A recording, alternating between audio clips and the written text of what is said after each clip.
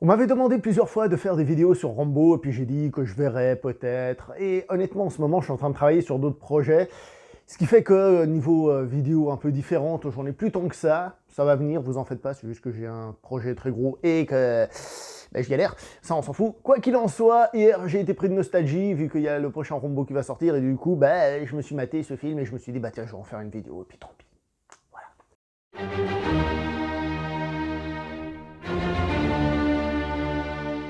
Bonjour à vous les cinéphiles et bienvenue pour cette nouvelle critique poussiéreuse. Cette fois-ci, on va s'attaquer à un petit monument, un classique, un film culte.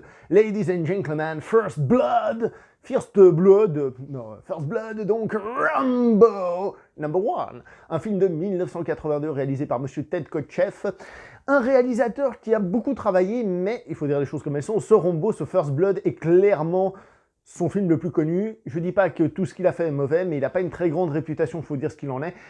J'ai entendu dire qu'il y a un ou deux de ses films qui sont reconnu, on va dire, plus que connu, mais honnêtement, en tant que tel, c'est pas un réalisateur qui a un nom qui va forcément nous marquer.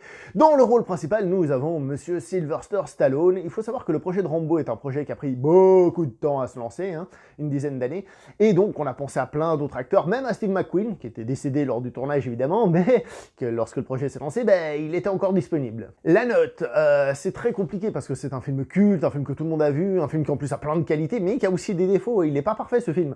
Je veux dire, mais en même temps, est-ce que ça vaut la peine que je donne une note? Moi, personnellement, je vais lui donner donc une note de mon ressenti, même s'il est un peu corrompu, mon ressenti. Faut dire que je suis un gosse des années 80, donc je vais lui donner 9 sur 10. Pas 10, parce que comme je dis, il est peut-être pas 100% parfait, mais tout de même.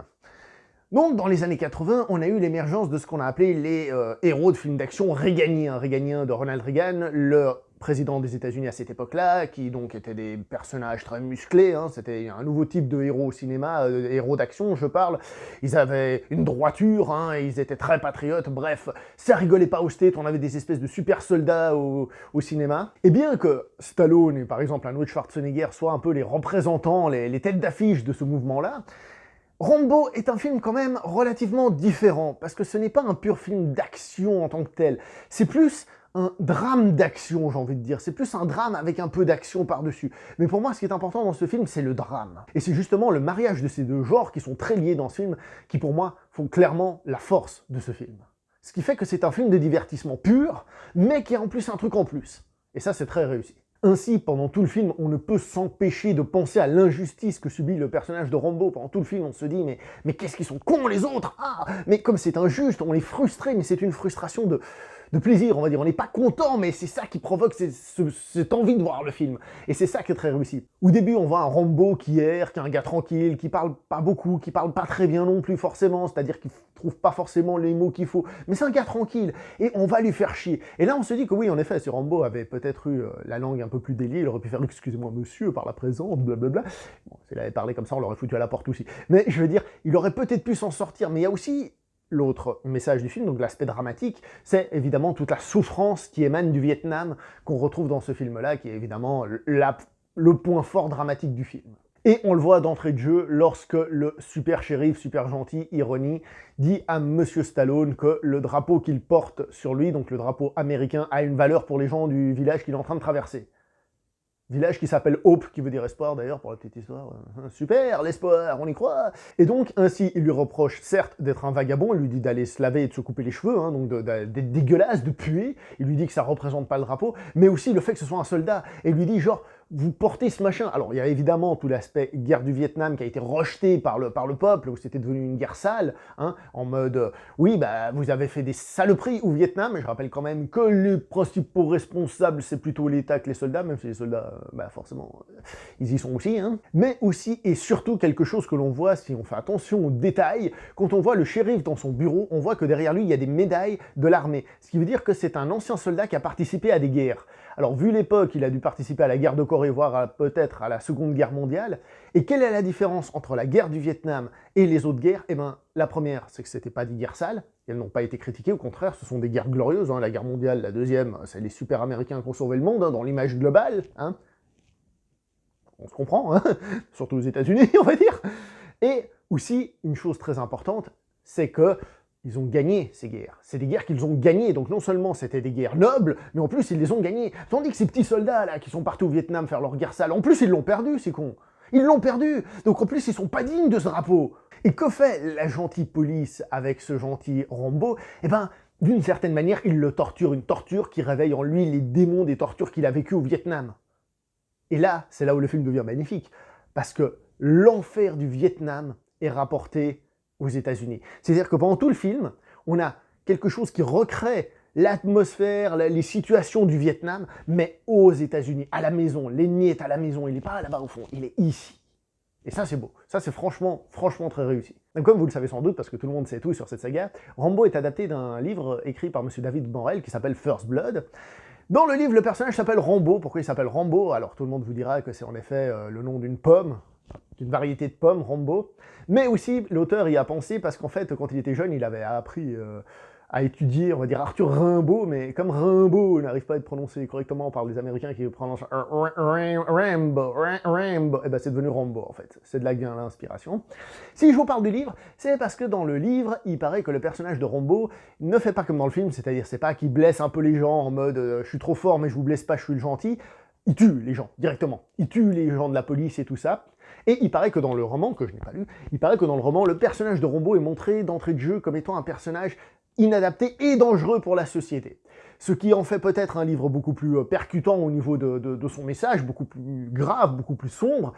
Mais je trouve que ce changement dans le film est encore une qualité, parce que la grande force du film, c'est qu'on a de l'empathie pour ce personnage. Comme j'ai dit, d'entrée de jeu, on se dit, mais qu'est-ce qu'ils sont cons les autres? Et on voit que lui, c'est un gars gentil, qui est là en mode, s'il vous plaît, arrêtez, je vous demande juste d'arrêter, j'ai rien fait de mal.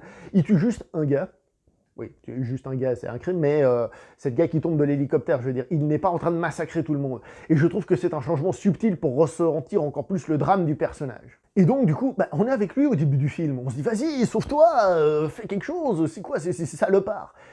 Mais une autre qualité du film, c'est que plus le film avance, plus à un moment donné, on se dit, ouais, attends, là tu vas trop loin. Et pourtant, il tue toujours personne, mais on se dit, là il va trop loin, dans le sens où on se dit que sa fuite en avant ne sert à rien, que c'est pas possible qu'il continue à fuir, qu'à un moment donné, il va un peu trop loin, il fait péter une station d'essence, il fait des trucs où tu te dis, bon, là il y a des dégâts matériels, il tue personne, mais quand même, on se dit, là on se rend compte que ça devient un peu de la folie, justement, et qu'il peut pas aller plus loin. Et je trouve ça très bien trouvé.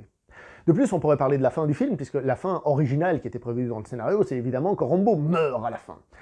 Ça a été changé pour plusieurs raisons. La première, c'est que le public peut-être n'aurait pas apprécié de voir ce personnage mourir avec tout ce qui se prend dans la gueule, avec toute cette injustice. Donc ils ont fait une fin un peu plus aigre-douce, un petit peu, hein, d'accord? Personnellement, j'aurais préféré qu'il meure parce que j'aurais trouvé ça beaucoup plus frustrant, beaucoup plus énervant, beaucoup plus... sentiment négatif, mais qui donnerait de la force au film, d'accord, hein, on n'est pas tous là pour sortir heureux d'un film. Je pense que ça aurait mieux fonctionné. Bon, déjà, ça aurait empêché de faire des suites, hein, ça aurait empêché de rendre le personnage culte, mais...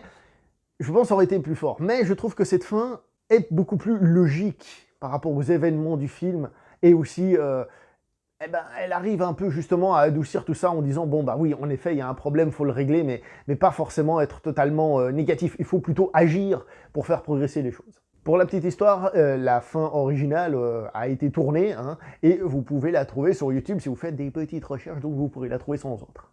Allez, jetez un coup d'œil. Scène de fin qui a d'ailleurs plusieurs qualités. La première, c'est que juste à travers du dialogue, on nous reparle encore de l'enfer du Vietnam et de ce que c'est et de ce qu'on ressent dans cet enfer du Vietnam.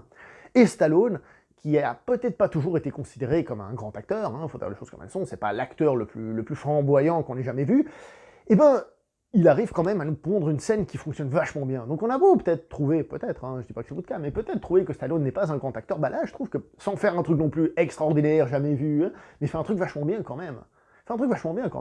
Pour finir sur quelques trucs un peu intéressants comme ça, donc c'est un film d'action des années 80, donc forcément il y avait moins d'effets spéciaux, moins d'effets numériques, donc il y a les cascadeurs et tout ça, ils ont dû donner de leur personne. Il y a eu plusieurs blessés, certes. Alors, je comprends qu'en effet les effets spéciaux c'est bien pour éviter ce genre de choses, mais en tant que spectateur, c'est appréciable. Surtout il y a quand même une ou deux cascades en bagnole qui n'ont rien d'extraordinaire, mais qui sont plutôt bien faites visuellement, qui valent la peine d'être vues. Et non, sérieusement, le film en lui-même, certes, il peut avoir ses défauts à ce niveau-là, mais je trouve qu'il s'en sort plutôt bien. Alors, c'est pas le meilleur film d'action au niveau scène d'action qu'on ait jamais vu, mais ça passe très bien dans le film parce que tout est justement enrobé de ce drame que je disais, et c'est là que ça gagne de l'importance. Donc, en d'autres mots, on a un film qui pour moi mélange très bien le divertissement, action, qui arrive à nous prendre émotionnellement, on est avec lui, on trouve qu'il va trop loin, on ressent l'injustice, tout en dénonçant évidemment ce qu'on appelle le stress post-traumatique hein, de la guerre du Vietnam, et de la guerre tout court aussi, hein, parce qu'il faut arrêter de fantasmer, hein, qui est un film aussi d'une certaine manière antimilitariste, hein, il suffit de voir comment se comportent les flics et tout ça, ce côté un peu purée, soyons un peu humains dans ce bas monde. Donc je trouve que c'est un film qui est très réussi, c'est un film qui est très très réussi par rapport à ce qu'il cherche à faire. Alors oui, évidemment, on aurait pu avoir de meilleures scènes d'action, on aurait pu avoir plus de ci, plus de ça, mais le film en tant que tel, c'est un petit film, on va dire, mais c'est un petit film très réussi. Là où la saga Rambo, par la suite, va partir plus dans le divertissement, hein, et c'est d'ailleurs là que naîtra l'image de Rambo qu'on a, je veux dire, c'est logique, Rambo qui se bat contre des flics américains, c'est pas l'image qu'on a voulu véhiculer. C'est logique que quand Rambo part au Vietnam et il tabasse des Russes et des Vietnamiens, ah là c'est bon, là il n'y a pas de problème, hein, là on en fait des jeux vidéo, on fait tout ce qu'il faut. Mais ce film-là, qui est différent par rapport au reste de la saga forcément, c'est un petit film, mais c'est un petit film qui a une énergie, c'est un petit film qui a des tripes, c'est un petit film qui a quelque chose. Et ça, c'est fort. Ça, c'est très fort. Je vais m'arrêter là pour cette vidéo. N'oubliez pas de liker, commenter, partager. On se voit prochainement pour une prochaine vidéo. Jusqu'à là, portez-vous bien. Ciao tout le monde.